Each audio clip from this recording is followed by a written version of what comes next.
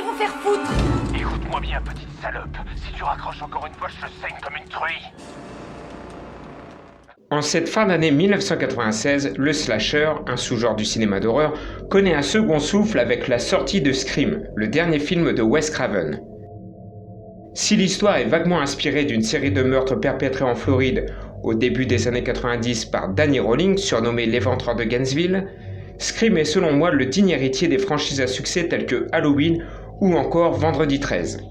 Avec une intrigue menée d'une main de maître, Tout le monde est suspect! un casting 5 étoiles composé d'autant de gloires passées que de stars montantes C'est normal qu'elle soit là, c'est son travail, mais c'est pas elle. Oui, en effet. et surtout d'un tueur nouvelle génération, le papa de Freddy Krueger renoue avec le succès et réconcilie par la même occasion le public avec un genre en sérieuse perte de vitesse depuis quelques années déjà. Quant aux frères Weinstein, qui ont produit le film, ils ne sont pas mécontents de ramasser les 173 millions de dollars de recettes récoltées au box-office. Une somme plutôt rondelette au vu de son modeste budget de 114 millions de dollars. Dis-moi, est-ce qu'on va parler des histoires de peignoir de Harvey Weinstein? Absolument pas. Dommage. Bref, quelques carrières d'école grâce au triomphe de Scream, comme celle de Neve Campbell, celle de Skettlerick ou encore celle de Matthew Lillard. Mais selon moi, la grosse révélation du film, c'est son scénariste de génie, Kevin Williamson. Le futur créateur de Dawson voit des répercussions immédiates sur sa carrière, comme par exemple l'achat par Mandalay de l'un de ses scripts qui dormait dans un tiroir depuis un petit moment déjà.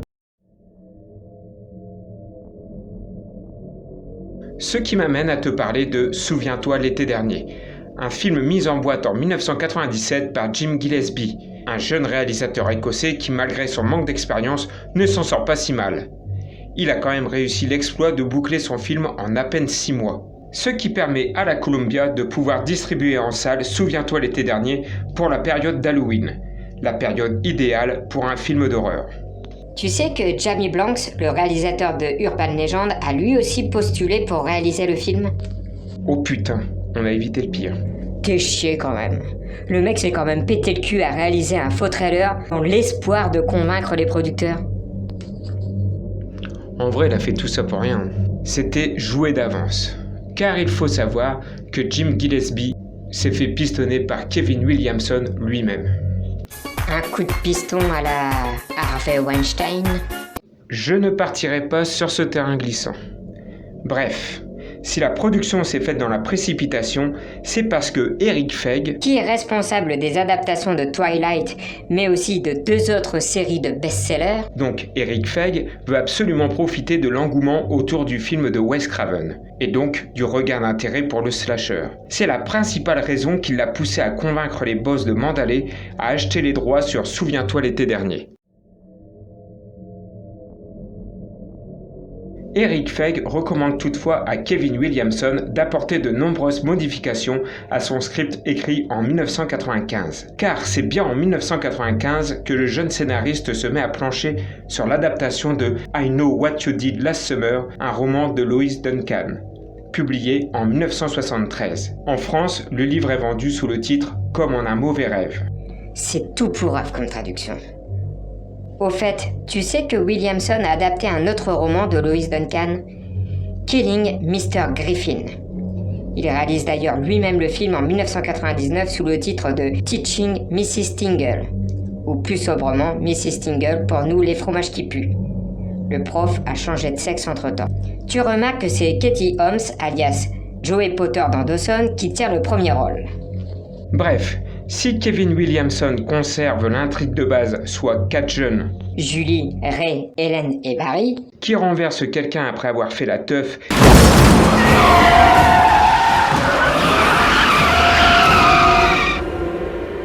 et qui décident de camoufler l'accident en scellant un pacte, Tout ce qui s'est passé ce soir, on l'emportera dans la tombe. quoi qu'il arrive.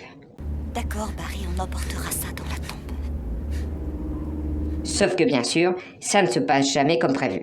le petit groupe commence à se chier dessus l'année suivante quand un inconnu sorti de nulle part se montre bien décidé à ne pas laisser leur crime impuni. Et vous là-bas, vous voulez quoi? Qu'est-ce que vous attendez? Williamson se doit d'apporter de gros changements, histoire de mieux coller au slasher, quitte à s'éloigner du matériau de base. Les changements seront de toute façon nécessaires, car il faut aussi surprendre les lecteurs du bouquin, au risque de les décevoir. Tout juste. C'est pour ça que Williamson décide de créer un tout nouveau personnage qui va radicalement changer l'intrigue. Il puise son inspiration du côté de son paternel, un ancien pêcheur commercial, pour l'apparence de son tueur. Qui ressemble aussi de son propre aveu à Gordon's Fisherman. Pour te donner une idée, c'est un peu le Captain Igloo américain. Avant de devenir un tueur, le pêcheur est avant tout la victime de l'accident, dont le corps a été balancé à la mer par notre club de criminels en herbe.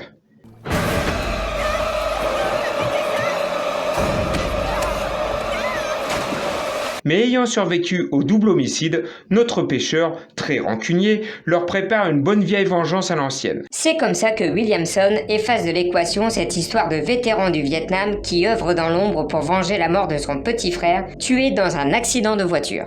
Tirant ainsi un trait sur le thriller psychologique. Pour armer son tueur, Williamson s'inspire d'une légende urbaine très populaire aux USA. The Hook, ou encore le crochet, pour nous les fromages qui puent. Une légende urbaine que les jeunes lycéens s'amusent à se raconter autour d'un feu, quelques heures avant l'accident. Et comme toute légende, l'histoire connaît des variantes dont Williamson nous présente les 4 versions les plus populaires à travers ses personnages. C'est un frottement parce que le type a été pendu à une branche d'arbre et que ses pieds frottent sur le toit de la Non, voiture. non, Et on c'est- vient de le décapiter et le sang de sa blessure à la gorge est en train de goûter sur le toit et ça fait blip, blip. Non, il n'a pas été décapité. On l'a éventré avec un crochet. Vous avez tout faux. Et comme son tueur a l'apparence d'un pêcheur, Williamson déplace naturellement l'intrigue à Southport, une petite bourgade portuaire de Caroline du Nord. Southport, c'est un petit peu notre crotoy à nous. Et qui dit slasher, dit quelques morts sanglantes. Le scénariste multiplie donc par 6 le nombre de cadavres. Dans le bouquin, il n'y a que le gamin à vélo qui meurt. Et en plus, c'est pas un meurtre, mais un accident. Ce qui déplaît grandement à Lois Duncan qui voit cette violence gratuite d'un très mauvais œil. Il faut savoir que la fille de l'écrivaine s'est fait assassiner par un cinglé quelques années plus tôt, donc ceci explique cela. Si ça peut lui mettre un petit peu de baume au cœur, l'impact du film multiplie par 4 la vente de ses livres. Ne sois pas cynique. Je sais même pas ce que ça veut dire, moi, cynique. Bref, et si on parlait un petit peu du casting ? Un casting très similaire à celui du film de Wes Craven.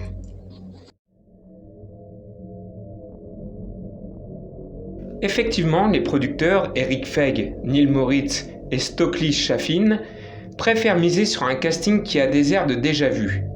Comme par exemple Bridget Wilson, la célèbre Sonya Blade du film Mortal Kombat de 1995, Avec l'irremplaçable Christophe Lambert, Pardon. qui vient prêter ses traits à la sœur sympa de Hélène. Notre petite Miss Sardine va rentrer cuite ce soir? Pourquoi vous nous racontez tout ça? Tu as aussi Anne Heche, la victime de la douche dans le remake de Psycho,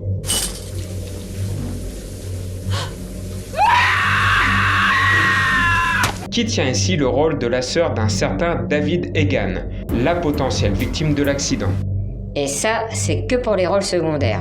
Pour les 4 têtes d'affiche, c'est pareil. Commençons au hasard par le plus con de la bande, Barry Cox, qui est décrit dans le script comme un sportif qui en impose du haut de ses 1m90, est interprété par Ryan Phillippe, que tu as pu voir dans L'âme de fond, un film de Ridley Scott sorti en 1996. Un acteur d'à peine 1m80 qui est tout l'inverse du mec qui en impose. C'est vrai que Ryan Phillippe peine à impressionner malgré sa pratique énervée du kickboxing. Toi, l'hermisso, tu dégages. Allez, casse-toi. Allez. Il surjoue le mec vénère, du début jusqu'à la fin du film. Je vais te tuer. Ça va pas, qu'est-ce qui te prend? J'ai rien fait, moi. Perso, ça m'a fait un bien fou qu'il s'en prenne plein la gueule, ce connard.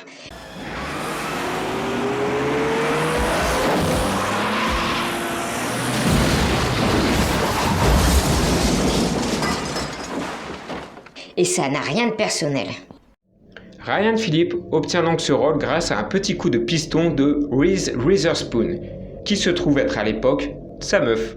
La légende raconte qu'elle aurait glissé le nom de son blondinet à l'oreille de Jim Gillespie, juste après avoir décliné un rôle dans le film. Et donc Barry Cox sort avec Helen Shiver. Une blonde dont la seule gloire, en dehors d'être la meuf du blondinet,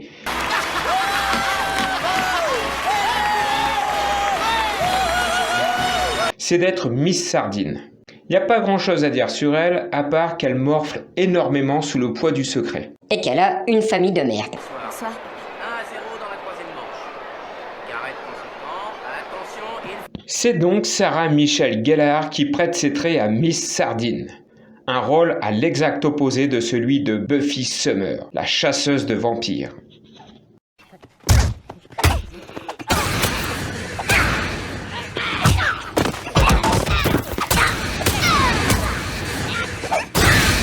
Même si son rôle n'est pas très intéressant, le film lui a quand même permis de rencontrer son futur mari avec qui elle partagera l'affiche de Scooby-Doo.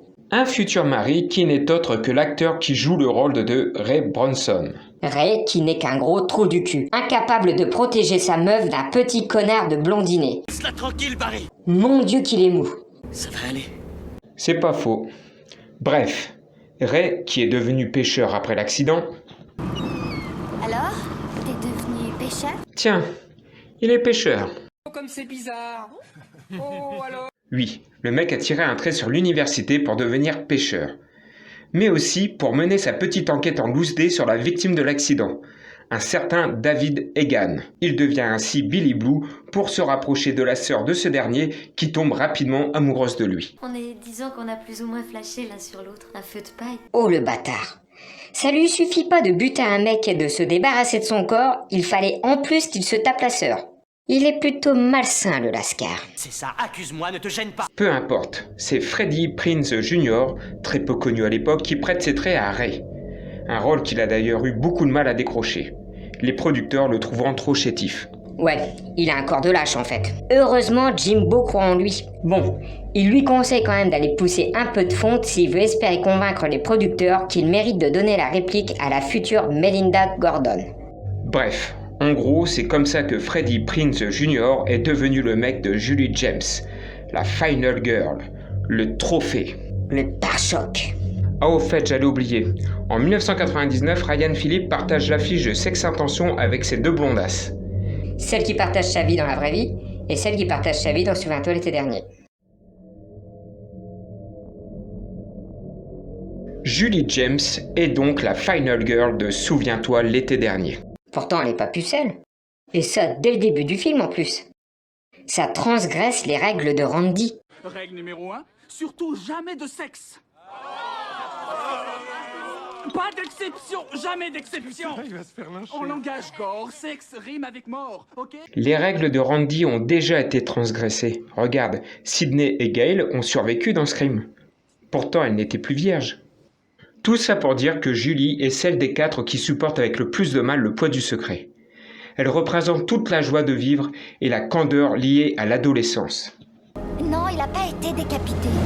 On l'a éventré avec un crochet. Quitte à paraître stupide par moments. C'est ce que j'ai entendu. Jusqu'à ce putain d'accident et ce con de pacte qui viennent atomiser toutes ses certitudes. Non, tu hoches pas la tête. Je veux que tu le dises.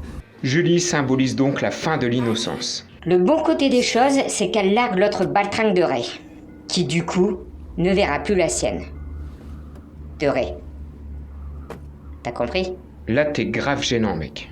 Bon, pour donner vie à la Busty Final Girl, c'est la très généreuse Jennifer Love Hewitt, Alias Jennifer Gros Lolo V8, l'actrice, qui a d'ailleurs partagé le générique de la Vie à 5 avec la Scream Girl Neve Campbell, prête ses traits. et ses courbes.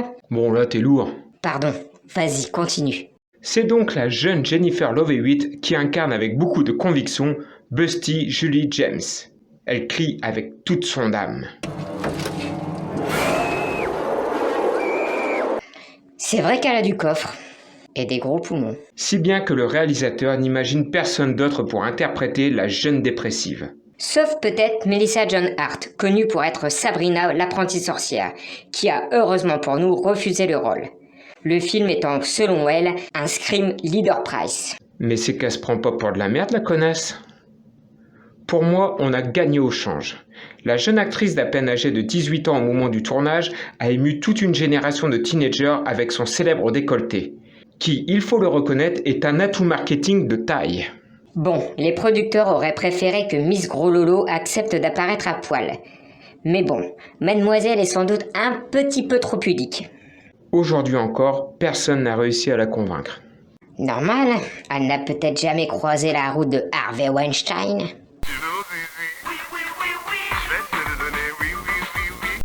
Bref, pour fermer la parenthèse Julie James, la voix régulière de Jennifer Love Hewitt, donc celle de l'actrice Sophie Artuis, a été attribuée à Anne Heche, Où est-ce que vous voulez en venir?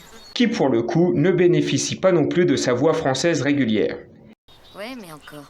C'est un détail, mais c'est dommage. Moi perso, ça m'a pas choqué. J'aurais juste préféré qu'on la voie à poil.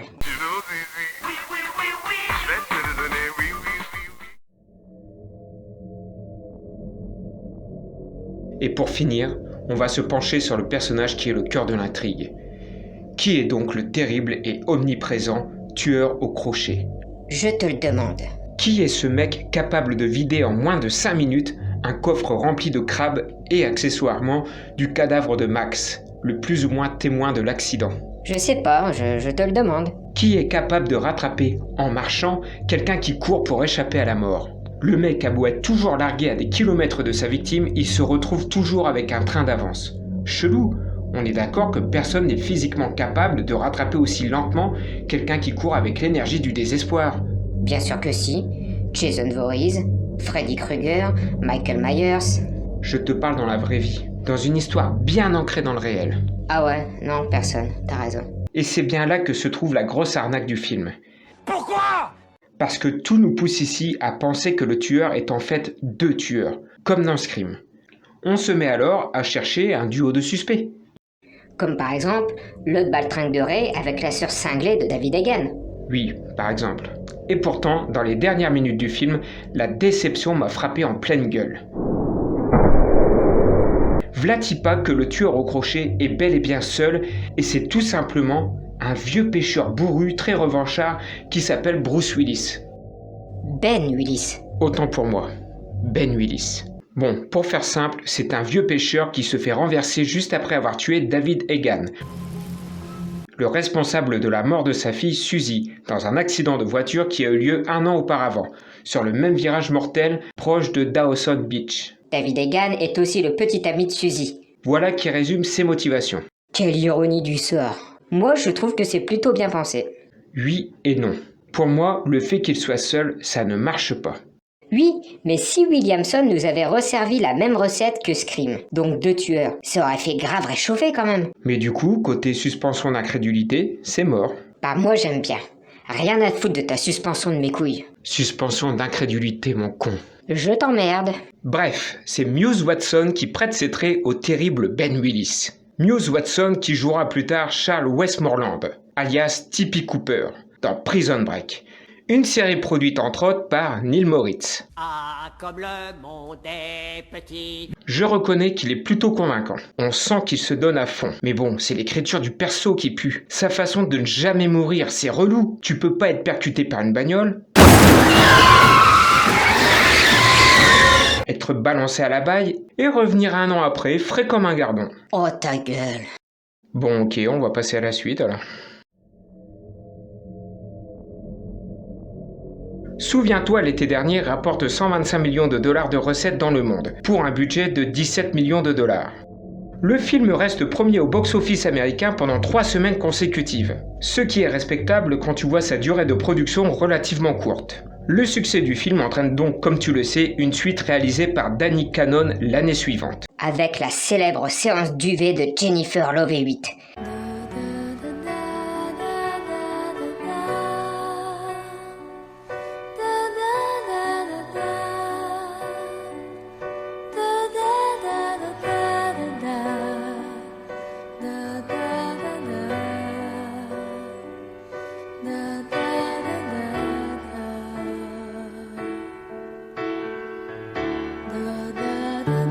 Ça n'a pas relevé le niveau du film, mais ça m'a laissé un bon souvenir quand même.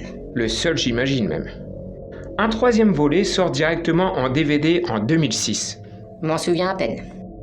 Et enfin, Amazon Prime lance sur sa plateforme un remake sous forme de série qui se déroule à présent à Hawaï. Ouais, bof. La fin m'a laissé sur ma faim. Rien ne vaut l'original.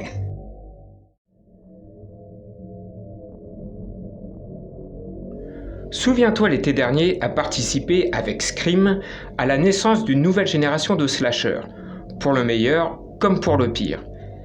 S'il n'a pas l'originalité du film de Wes Craven, souviens-toi l'été dernier sait malgré tous ses défauts nous tenir en haleine. Et il faut reconnaître que pour un film produit dans la précipitation, son réalisateur, Jim Gillespie, n'a pas à rougir du résultat. Et surtout, c'est le film qui a lancé la carrière de Jennifer Grololo-V8. Bref, on peut dire que j'ai beaucoup aimé le film à sa sortie. Je le revois maintenant avec beaucoup de nostalgie. Et je te conseille vivement que si tu ne l'as pas vu, de te caler un moment pour te le mater. Et avec tous les spoils qu'on a balancés, tu vas certainement beaucoup apprécier l'intrigue. Je te laisse le soin de commenter, ça me fera un peu de lecture, et tu peux aussi me lâcher un petit pouce bleu. Ça te coûte rien, mais moi, ça me refait la journée. N'hésite pas non plus à zioter nos autres vidéos en attendant qu'arrive la prochaine. Et si ça te chante, tu peux aussi t'abonner à notre chaîne. Ciao! See you later!